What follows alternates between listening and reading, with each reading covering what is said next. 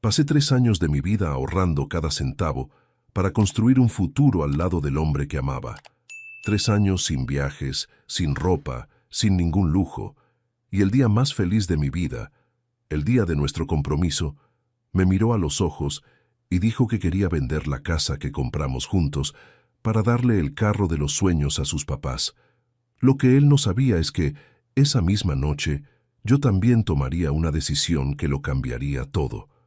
Y cuando se enteró, el pánico se apoderó de su cara. Pero antes de continuar, checa si ya estás suscrito al canal y escríbeme en los comentarios. ¿Desde dónde estás viendo este video? Nos encanta saber hasta dónde están llegando nuestras historias.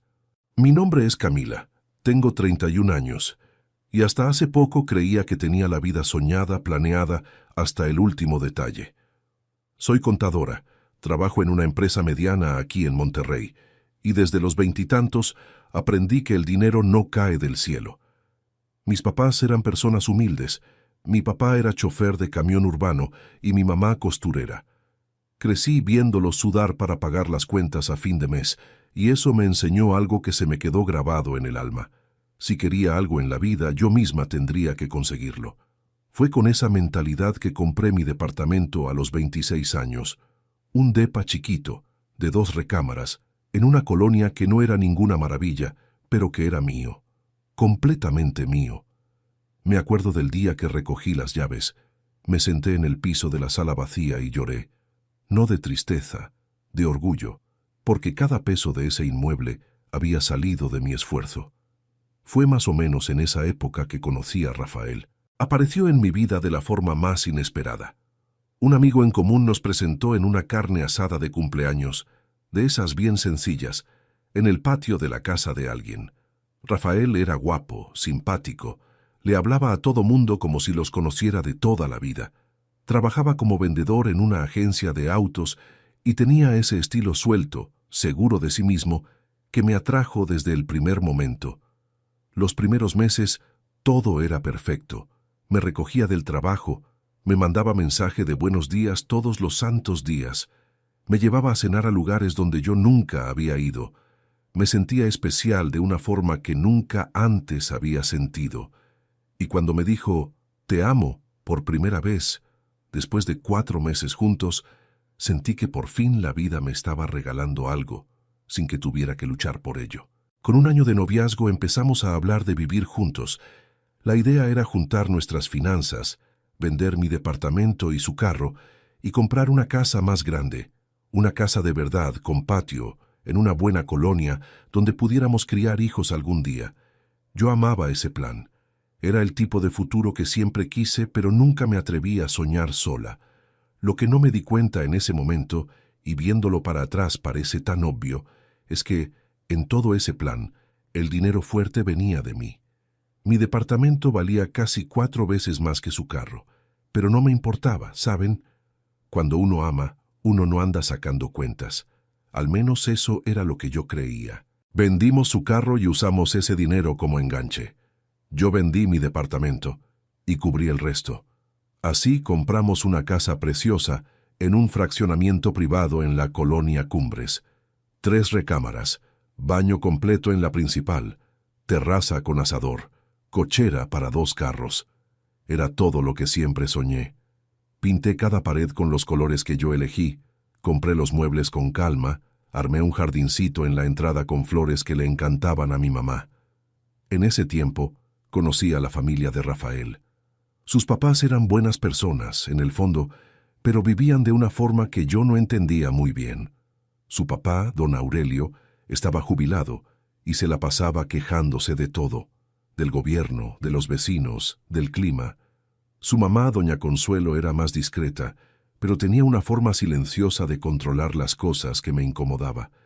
Opinaba de todo, del color de nuestras cortinas, de cómo cocinaba yo, hasta de la marca de jabón que usaba para lavar la ropa. Pero lo que más me llamaba la atención era el comportamiento de Rafael cerca de ellos. Cambiaba. El hombre seguro y decidido que yo conocía se convertía en un niño obediente que le decía que sí a todo lo que sus papás dijeran. Si doña Consuelo decía que la comida estaba desabrida, Él me volteaba a ver como si yo hubiera cometido un crimen. Si don Aurelio le pedía dinero prestado, cosa que pasaba con una frecuencia preocupante, Rafael se lo daba sin pensarlo 2 veces. Intenté hablar de esto varias veces, siempre con cuidado, sin atacar, solo tratando de entender. Y su respuesta siempre era la misma. Son mis papás, Camila. Les debo todo. Yo respetaba eso. De verdad. Yo también amaba a mis papás y haría cualquier cosa por ellos. Pero había una diferencia entre ayudar y anularse. Y esa diferencia solo la entendería por completo el día de nuestro compromiso. La propuesta de matrimonio fue un sábado por la noche, en un restaurante italiano que nos encantaba. Rafael estaba nervioso. Me di cuenta al instante. Pidió una botella de vino, hizo un brindis, y cuando menos me lo esperaba, sacó una cajita del bolsillo y se arrodilló ahí mismo, en medio del restaurante. Dije que sí antes de que terminara la frase. Todo el restaurante aplaudió y yo lloré como niña chiquita. En ese momento, era la mujer más feliz del mundo. La fiesta de compromiso se organizó en 2 semanas. Nada ostentoso. Una cena en casa de mi mamá con las 2 familias juntas, unos 40 y tantos invitados. Yo misma hice la decoración. Mi mamá preparó la comida, mis amigas me ayudaron con todo. Fue sencillo, bonito, lleno de cariño. Yo veía a Rafael durante la fiesta y sentía que todo había valido la pena. Toda la lucha, todo el ahorro, toda la renuncia. Todo me había traído hasta ahí, hasta ese hombre, hasta ese momento. La fiesta terminó como a las 11 de la noche. Se quedaron solo los más cercanos, mis papás, los papás de él, algunos amigos íntimos. Fue entonces que Rafael pidió la palabra. Levantó su copa, sonrió y dijo que tenía un anuncio especial que hacer. Yo sonreí pensando que iba a decir algo romántico sobre nosotros, sobre nuestros planes, sobre la boda. Pero dijo algo que me heló la sangre. Familia, Camila y yo hemos platicado mucho sobre lo que de verdad importa en la vida y decidimos que la familia es lo primero. Fruncí el ceño. Nosotros no habíamos platicado nada, siguió. Por eso decidimos vender nuestra casa y usar el dinero para comprar el carro de los sueños de mis papás. Se lo merecen después de todo lo que hicieron por mí. El silencio que cayó en esa sala fue de esos silencios que duelen. Lo volteé a ver sin poder formular una sola palabra. Volteé a ver a doña Consuelo, que tenía una sonrisita discreta en la cara. Volteé a ver a mi papá, que tenía la mandíbula apretada, y ahí, en ese exacto segundo, algo dentro de mí cambió para siempre. No grité, no lloré, no hice ningún escándalo. Creo que todos esperaban una reacción mía. Todas las miradas estaban sobre mí, como esperando que explotara, pero me quedé ahí, parada, con la sonrisa trabada en la cara, como una muñeca de porcelana que alguien olvidó guardar. Por dentro, me estaba desmoronando. Por fuera, era la novia perfecta sosteniendo su copa de champán con mano firme.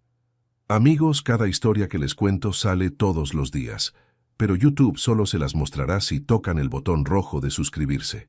Gracias, eso me ayuda muchísimo. Rafael siguió hablando como si acabara de anunciar la cosa más normal del mundo. Explicó que su papá siempre soñó con una camioneta nueva, de esas grandes, de doble cabina. Dijo que sus papás se habían sacrificado toda la vida y que ahora les tocaba disfrutar.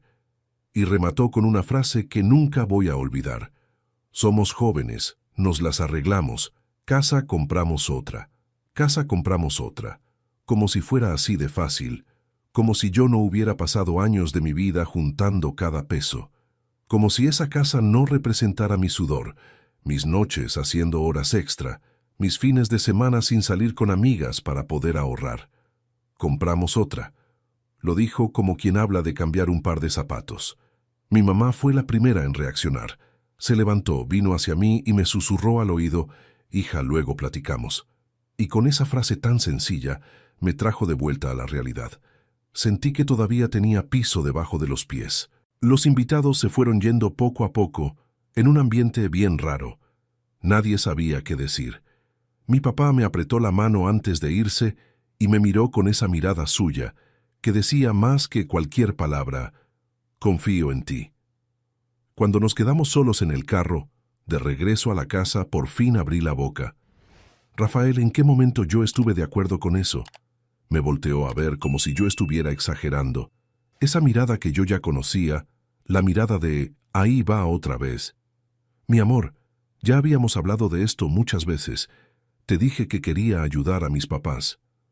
Ayudar es una cosa.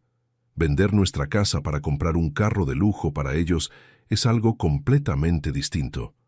No es un carro de lujo, es el sueño de ellos. Y nuestra casa no era nuestro sueño. Respiró hondo e hizo esa cosa que me sacaba de quicio. Apretó el volante con fuerza, como si se estuviera controlando para no perder la paciencia, como si yo fuera el problema. Camila, mis papás hicieron todo por mí. Me criaron, me dieron estudio, me dieron amor. No puedo negarles algo así. Te criaron. Eso es obligación de cualquier padre y madre, Rafael.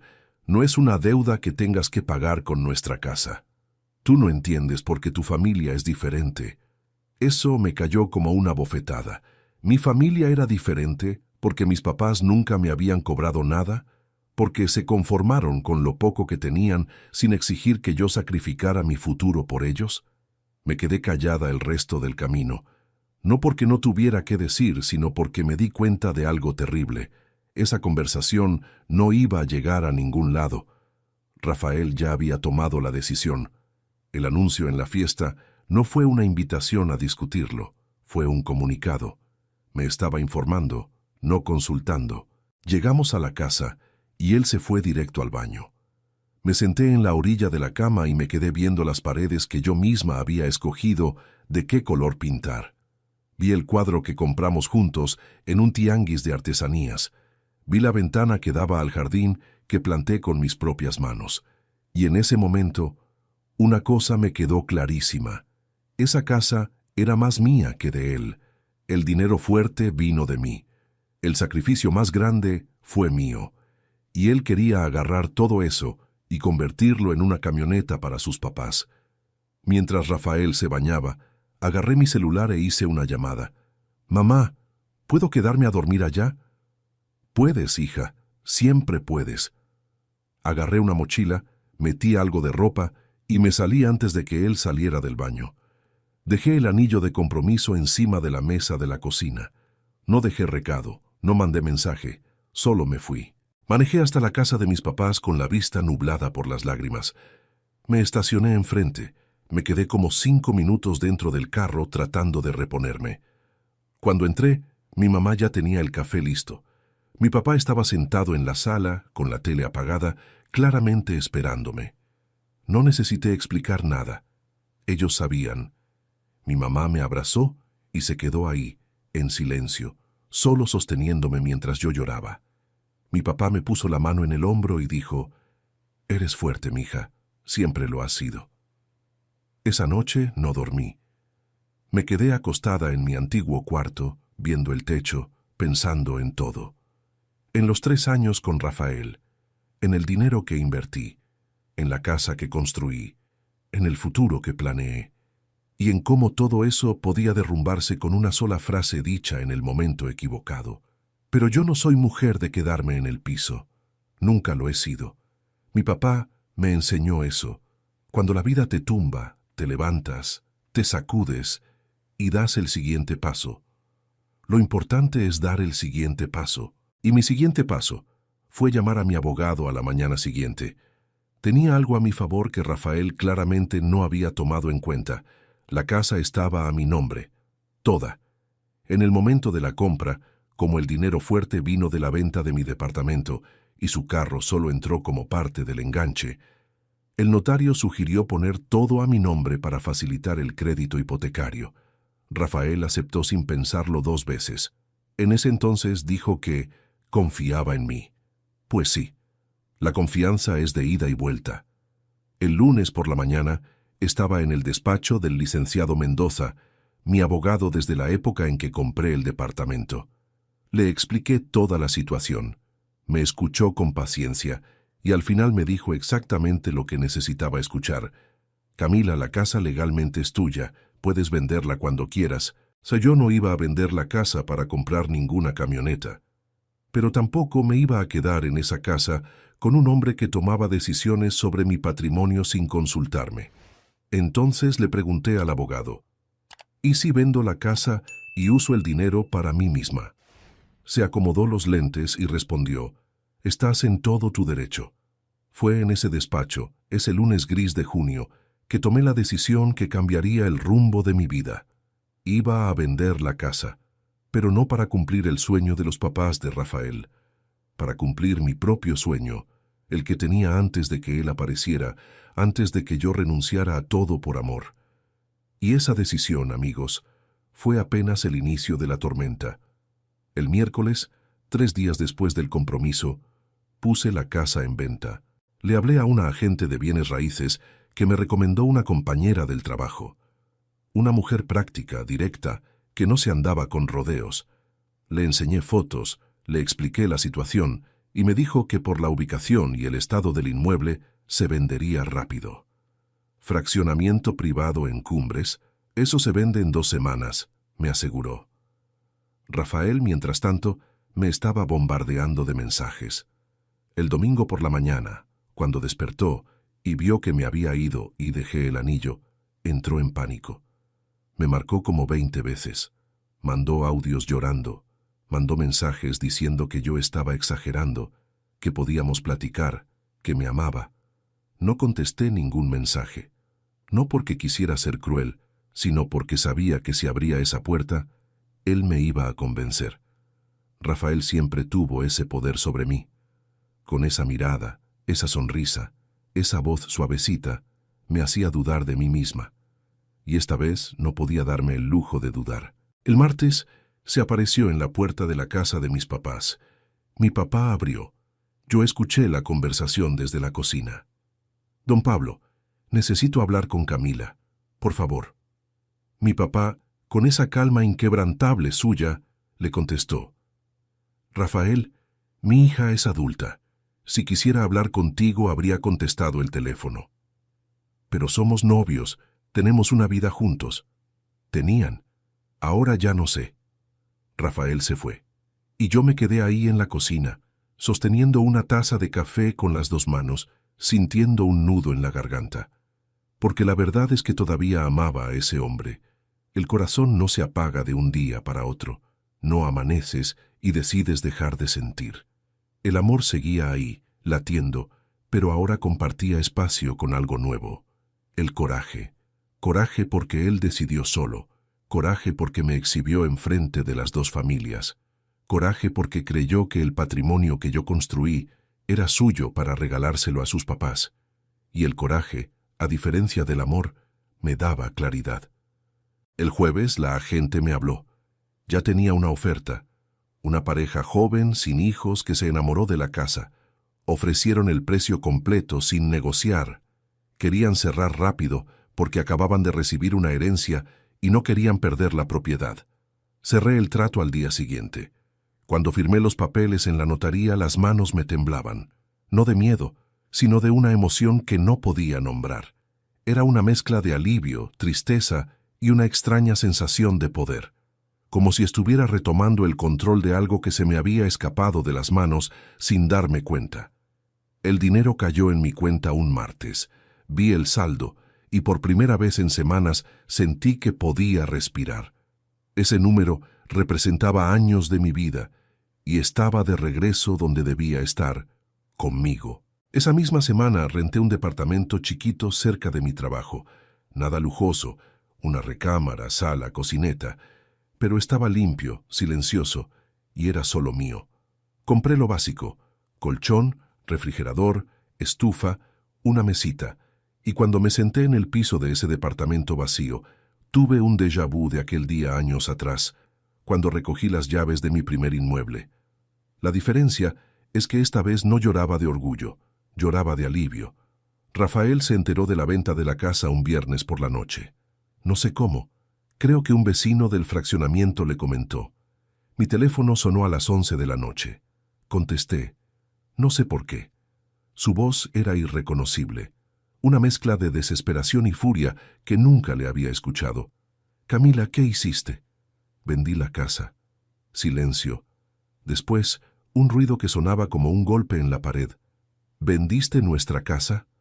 No, Rafael. Vendí mi casa, que estaba a mi nombre, comprada con mi dinero. Pero la compramos juntos. Yo puse el carro. Tú pusiste el 20% del valor.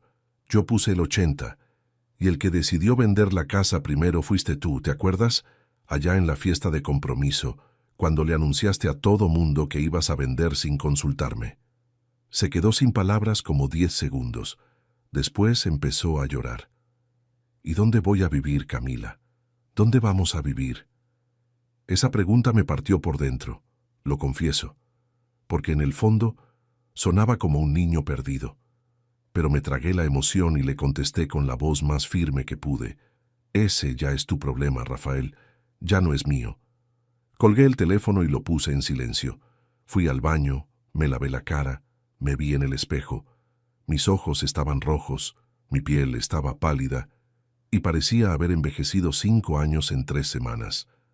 Pero detrás de todo eso, había algo que no veía desde hacía mucho. Fuerza. En los días que siguieron, la situación se puso caótica.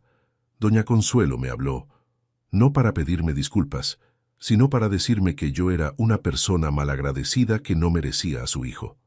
Don Aurelio le mandó un mensaje a mi papá, diciendo que su familia no había educado a Rafael para juntarse con una mujer interesada. Mi papá leyó el mensaje, se rió con una risa seca y lo borró. Rafael intentó de todo. Me esperó a la salida del trabajo, me mandó flores, me mandó cartas. En una de las cartas escribió que estaba equivocado, que se había dejado llevar por sus papás, que nunca quiso lastimarme, que si yo regresaba, él olvidaba el carro, la camioneta, todo, que solo quería que volviéramos. Leí esa carta como 5 veces, y en cada lectura me daba cuenta de lo mismo. Estaba pidiendo perdón por el resultado, no por la actitud. No decía, me equivoqué al decidir sin ti. Decía, perdóname porque te enojaste. Son cosas muy diferentes, y fue ahí que me di cuenta de que el problema nunca había sido solo la camioneta. El problema era un patrón, una forma de funcionar. Rafael nunca me vio como compañera de verdad. Yo era un complemento, alguien que estaba ahí para apoyar las decisiones que él ya había tomado. Cuando todo iba bien, éramos nosotros. Cuando involucraba sacrificio, el sacrificio siempre era mío.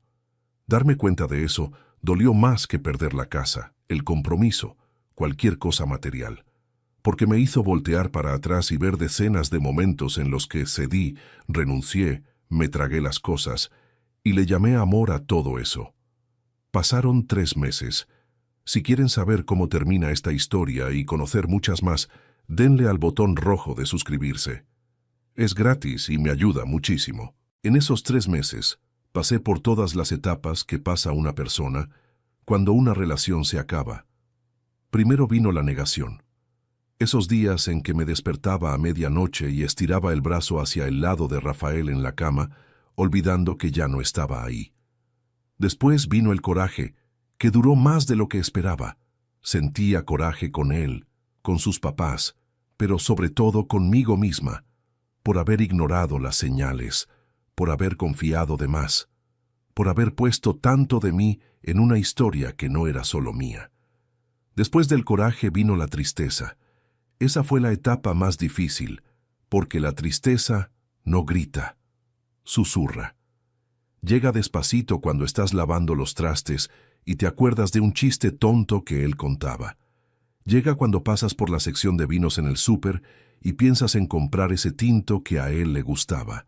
Llega el domingo por la tarde, cuando la casa se queda demasiado callada y te das cuenta de que ya no hay nadie con quien compartir el sillón. Pero poco a poco, otra cosa empezó a crecer dentro de mí, algo que había olvidado que existía, yo misma. Empecé a redescubrir quién era yo sin Rafael, y para mi sorpresa, esa mujer era más interesante de lo que recordaba. Volví a correr por las mañanas, hábito que dejé cuando empezamos a andar porque él odiaba madrugar. Volví a leer antes de dormir, cosa que dejé de hacer porque se quejaba de la luz del buró. Volví a cocinar las recetas que a mí me gustaban y no las que le agradaban a él. Parece poco, pero para alguien que pasó 3 años moldeándose a la forma de otra persona, recuperar esos pedacitos de una misma es como armar un rompecabezas. Cada pieza que regresa a su lugar te hace sentir más completa. En el trabajo me aventé de lleno. Mi jefe me ofreció un proyecto nuevo, una auditoría grande, de esas que exigen dedicación total. Acepté sin pensarlo. Trabajé noches, fines de semana, días festivos. No porque quisiera huir de la realidad, sino porque necesitaba recordar que era buena en lo que hacía, que tenía valor más allá de ser la novia de Rafael, y ese proyecto cambió muchas cosas. Porque durante la auditoría trabajé de cerca con un despacho de abogados asociado a la empresa, y fue ahí donde conocí a la licenciada Renata. Renata era abogada fiscalista, tenía unos 40 y tantos años, y era de esas mujeres que te inspiran nada más de estar cerca. Era directa, inteligente, y tenía una historia de vida que me dejó con la boca abierta. Un día comimos juntas y me contó que también había pasado por una relación parecida. A los 30 años, su marido había agarrado el dinero de una herencia que ella recibió y lo invirtió en un negocio que fracasó. Ella perdió todo, se divorció y reconstruyó su vida desde cero. Hoy era socia de uno de los despachos más respetados de la ciudad. Camila, me dijo en esa comida, la mejor decisión de mi vida fue escogerme a mí misma. No por egoísmo, sino por supervivencia. Cuando dejas de sabotearte por amor, las cosas empiezan a tener sentido. Esa frase se me quedó dando vueltas en la cabeza por días. Dejar de sabotearte por amor. Era exactamente lo que yo había hecho durante años. Yo creía que amar significaba ceder, renunciar, hacerte chiquita. Pero el amor de verdad no te pide que desaparezcas, te pide que crezcas junto. Con el dinero de la venta de la casa, hice algo que nunca me había atrevido a hacer. Busqué una asesora financiera. No de esas del banco que solo quieren venderte productos. Una asesora independiente que se sentó conmigo, revisó mis números y armó un plan real para mi futuro. Separé una parte para un fondo de emergencia, otra parte la invertí en instrumentos a mediano plazo y guardé una parte específica para un objetivo que tenía desde los 20 y tantos años, pero que nunca me tomé en serio: abrir mi propio despacho contable. Parecía una locura. Acababa de salir de una relación, estaba viviendo en un departamento rentado y pensando en emprender, pero Renata me dijo algo que me dio valor. El mejor momento para empezar de nuevo es cuando no tienes nada que perder. Y mira, querida, no tienes nada que perder. Empecé a investigar. Platiqué con otros contadores que tenían su propio despacho, visité espacios de coworking, estudié el mercado. Y entre más investigaba, más convencida estaba de que era posible. No iba a ser fácil, pero era posible. Rafael, durante esos 3 meses, siguió buscándome. Al principio era diario, después se volvió cada semana, después cada 15 días. Los mensajes fueron cambiando de tono, de la desesperación a la nostalgia, de la nostalgia a la resignación. En el último mensaje que me mandó, escribió: «Sé que la regué. Espero que encuentres a alguien que te merezca». Lo leí y sentí una mezcla rara de compasión y claridad. Compasión porque era un ser humano que también estaba sufriendo, y claridad porque sabía, con toda la certeza del mundo, que había hecho lo correcto. Me enteré por amigos en común que había regresado a vivir con sus papás, que la camioneta nunca se compró, que doña Consuelo me echaba la culpa a mí del rompimiento, y que don Aurelio seguía hablando mal de mi familia con quien quisiera escucharlo. Yo escuchaba todo eso y sentía nada. No era indiferencia por frialdad, era indiferencia de alguien que ya siguió adelante. Como cuando te cambias de ciudad y después de un tiempo los chismes de la colonia anterior ya no tienen sentido. Ya no era mi mundo. Lo que ahora era mi mundo era el despacho que estaba armando. Renté una oficina en un edificio del centro, chiquita pero funcional. La remodelé, la pinté, compré los muebles. Contraté a una becaria llamada Valeria, una chava de 22 años llena de energía que me recordaba a mí a esa edad. El día de la inauguración puse una plaquita en la puerta: Camila Herrera, asesoría contable. Le tomé foto y se la mandé a mi mamá. Contestó con un audio llorando de emoción. Lo sabía, hija. Siempre supe que ibas a volar. Y por primera vez en mucho tiempo me lo creí.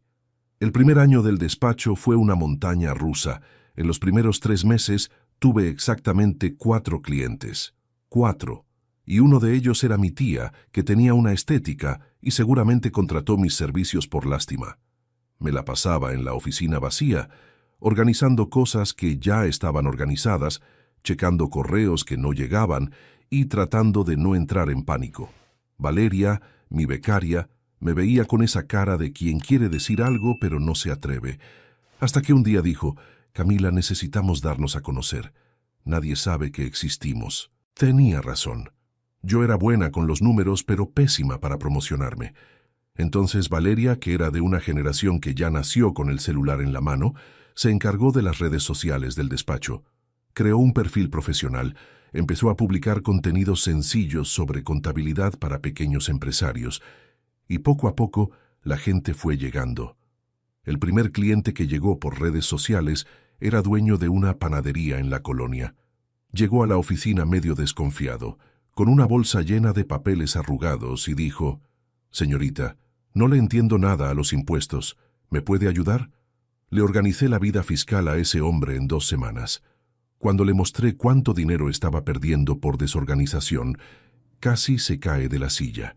Y cuando le resolví todo, salió de mi oficina con una sonrisa de oreja a oreja y me recomendó con 5 conocidos. Así fue como la cosa empezó a crecer. Un cliente recomendaba a 2, 2 recomendaban a 4. En 6 meses ya tenía una cartera de 20 y tantos clientes, la mayoría pequeños comerciantes y profesionistas independientes que necesitaban a alguien que les llevara las finanzas sin complicaciones. Y fue en esos días que recibí una llamada que no esperaba. Era Rafael. Dudé antes de contestar. Ya habían pasado casi 5 meses desde que dejó de buscarme. Pensé que ese capítulo ya estaba cerrado, pero contesté, tal vez por curiosidad, tal vez por ese resto de sentimiento que uno nunca admite que sigue ahí. Su voz era diferente, calmada, casi resignada. «Camila, no estoy llamando para pedirte que regresemos. Solo quería pedirte perdón de verdad». Me quedé en silencio, esperando. Fui un idiota, ya lo sé. Dejé que mis papás manejaran mi vida y casi destruí lo mejor que me había pasado. Y lo peor es que ni me di cuenta de lo que estaba haciendo hasta que te perdí. Hizo una pausa y escuché que tragó saliva. Empecé a ir a terapia. Llevo 2 meses y estoy entendiendo muchas cosas. Sobre mí, sobre mi familia, sobre la forma en que te traté. Y necesitaba decirte que tenías razón. En todo. Respiré hondo. Sentí un nudo en la garganta, pero no de tristeza. Era algo como gratitud. Gratitud porque por fin lo había visto. No para regresar, sino para cerrar eso de una forma digna. Le dije: «Gracias por llamarme, Rafael. De verdad, espero que estés bien». Y era sincero. De verdad esperaba que estuviera bien. No por él necesariamente, sino porque guardar rencor es cargar un peso que no te pertenece. Y yo ya había decidido viajar ligera. Después de esa llamada, sentí como si alguien me hubiera quitado una piedra de la espalda que ni sabía que estaba ahí. Me sentí más ligera, más presente, más entera, como si esa conversación fuera el último nudo que faltaba desatar. El despacho siguió creciendo. Al final del primer año, contraté a otra persona, un contador recién egresado llamado Andrés, que era meticuloso y trabajador. La oficina, que antes parecía demasiado grande, ahora empezaba a quedar chica. Ya estaba pensando en mudarme a un espacio más amplio. Mi vida personal también fue tomando una nueva forma. Volví a salir con amigas, fui a fiestas, viajé sola por primera vez a una playa en la costa de Nayarit. Me quedé 3 días en un hotel sencillo frente al mar, sin celular, sin agenda, sin nadie pidiéndome nada. Solo yo, el sonido de las olas y una paz que había olvidado que existía. Fue en ese viaje que me di cuenta de algo importante. No necesitaba a alguien para ser feliz.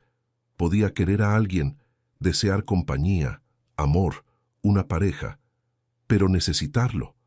No, yo estaba completa sola, y esa certeza me dio una libertad que nunca había experimentado. Cuando regresé de la playa, empecé a buscar una propiedad para comprar, esta vez solo para mí. Encontré un departamento en una colonia tranquila, con 2 recámaras, un balcón con vista a los árboles y un silencio que parecía hecho a la medida de mi nueva vida. Di el enganche con parte de mis ahorros y saqué crédito por el resto. Las mensualidades cabían en mi presupuesto sin problemas. El día que recogí las llaves, le marqué a mi mamá. «Mamá, es la tercera vez en mi vida que recojo las llaves de un lugar mío». Se rió y dijo: «Y no va a ser la última, mija». La mudanza fue sencilla. No tenía muchas cosas. Había vendido casi todo junto con la casa, pero cada objeto nuevo que compraba tenía un significado diferente. Ya no era algo que combinara con el gusto de Rafael o algo que doña Consuelo aprobaría. Era algo que a mí me gustaba. Punto. Compré un sillón grande, de esos en los que te hundes y ya no te quieres levantar. Compré repisas y las llené de libros. Compré macetas y las puse en el balcón. Y cuando terminé de acomodar todo, abrí una botella de vino, del tipo que a mí me gustaba, no el que él escogía, y brindé sola en mi sala con las ventanas abiertas y el aire de la noche entrando. «Por la mujer que soy hoy», dije en voz alta para nadie, y me reí de mí misma, porque era un poco dramático, sí, pero era la verdad. 2 años después de ese compromiso desastroso, estaba sentada en mi escritorio de la oficina, que ahora estaba en un espacio 3 veces más grande que el original, cuando Valeria tocó la puerta con una sonrisa enorme. «Camila, llegamos a 50 clientes». 50 clientes, de 4 a 50 en 2 años. Me levanté, abracé a Valeria, llamé a Andrés, y lo celebramos con pastel de panadería y café, porque nunca perdimos la sencillez. Esa noche fui a cenar a casa de mis papás. Era viernes, y todos los viernes cenaba allá. Se había vuelto tradición. Mi mamá hacía pollo asado con papas. Mi papá abría una cerveza, y nos quedábamos platicando de todo y nada hasta tarde. A la mitad de la cena, mi mamá me miró con esa forma que solo las mamás tienen, como si estuviera leyéndome el alma, y dijo: «Hija, estoy muy orgullosa de ti, pero no por el despacho, no por el departamento, estoy orgullosa porque te escogiste a ti misma, y eso es lo más difícil que una mujer puede hacer». Mi papá, que normalmente era más callado, completó: «Tu mamá tiene razón. Hay gente que se pasa la vida entera viviendo el sueño de otros. Tú casi caíste en eso, pero despertaste a tiempo». Les agarré la mano a los dos y sentí una gratitud que no cabe en palabras, porque nunca me cobraron nada, nunca me pidieron que vendiera mi patrimonio para cumplirles un sueño. Nunca me hicieron sentir que les debía la vida que construí. Me dieron raíces y me dejaron volar, y eso, lo entendí, es el mejor regalo que un padre puede dar. Sobre Rafael. Lo último que supe de él fue por una amiga en común. Había empezado a andar con otra persona, una chava más joven que trabajaba con él en la agencia. Doña Consuelo aparentemente ya estaba metiéndose en la relación nueva. Don Aurelio seguía soñando con la camioneta. Escuché eso y sentí una punzada de compasión, no por mí, por él, porque si no resolvía la relación con sus papás, iba a repetir el mismo ciclo con cualquier persona, y la nueva novia, que probablemente era buena persona, iba a pasar por lo mismo que yo pasé. Deseé en silencio que la terapia que mencionó diera frutos, no por mí, por él. En cuanto a mí, estaba en un lugar que nunca imaginé. Tenía mi despacho funcionando, mi departamento con crédito al corriente, una reserva financiera que me daba seguridad y una vida social que me hacía feliz. Salía, viajaba, aprendía cosas nuevas. Tomé un curso de vinos, uno de cerámica y estaba pensando en empezar francés. ¿Estaba sola? En el sentido romántico, sí. ¿Y eso me molestaba? A veces. Soy humana. Había noches en que la cama parecía demasiado grande y el silencio pesaba. Pero aprendí que soledad y solitud son cosas diferentes. Soledad es cuando te sientes vacía, solitud es cuando te sientes completa, aún estando sola, y yo, por fin, estaba en la segunda categoría. Algo en lo que pienso mucho es en qué habría pasado si me hubiera quedado callada esa noche del compromiso, si hubiera aceptado, si me la hubiera tragado, si hubiera fingido que estaba de acuerdo. ¿Habríamos vendido la casa? ¿Comprado la famosa camioneta? Estaría casada con Rafael ahorita, viviendo en un departamento apretado, con doña Consuelo escogiendo el color de mis cortinas y don Aurelio manejando el carro de sus sueños con mi dinero. Probablemente sí, y sería infeliz, porque la verdad desnuda es esta. Cuando alguien te muestra quién realmente es, créele a la primera. Rafael no era un hombre malo, era un hombre débil, débil en sus decisiones, débil en sus límites, débil en su capacidad de poner a su pareja al mismo nivel que a sus papás. Y una mujer que construyó todo lo que tiene con sus propias manos no puede darse el lujo de estar con un hombre que no sabe el valor de lo que ella construyó. Perdí un novio, una casa y un futuro que creí que era mío. Pero gané algo infinitamente más valioso, la certeza de que puedo contar conmigo misma, que no necesito la aprobación de nadie para saber mi valor, que mi dinero, mi sudor, mi sacrificio me pertenecen, y nadie, ni por amor, tiene derecho a decidir qué hacer con ellos sin mi autorización. Si hay algo que le diría a cualquier mujer que está pasando por algo parecido, es esto: no tengas miedo de escogerte a ti misma. Va a doler, va a ser solitario, va a haber noches en las que lo vas a cuestionar todo, pero más adelante, y te lo prometo, vas a voltear para atrás y te vas a agradecer a ti misma por haber tenido valor, porque el valor no es no sentir miedo. El valor es sentir miedo y aún así dar el siguiente paso. Y el siguiente paso, amigos, siempre vale la pena. Si te gustó esta historia, haz clic en suscríbete y cuéntame en los comentarios qué parte te impresionó. Mañana hay más, nos vemos allí. Nos vemos.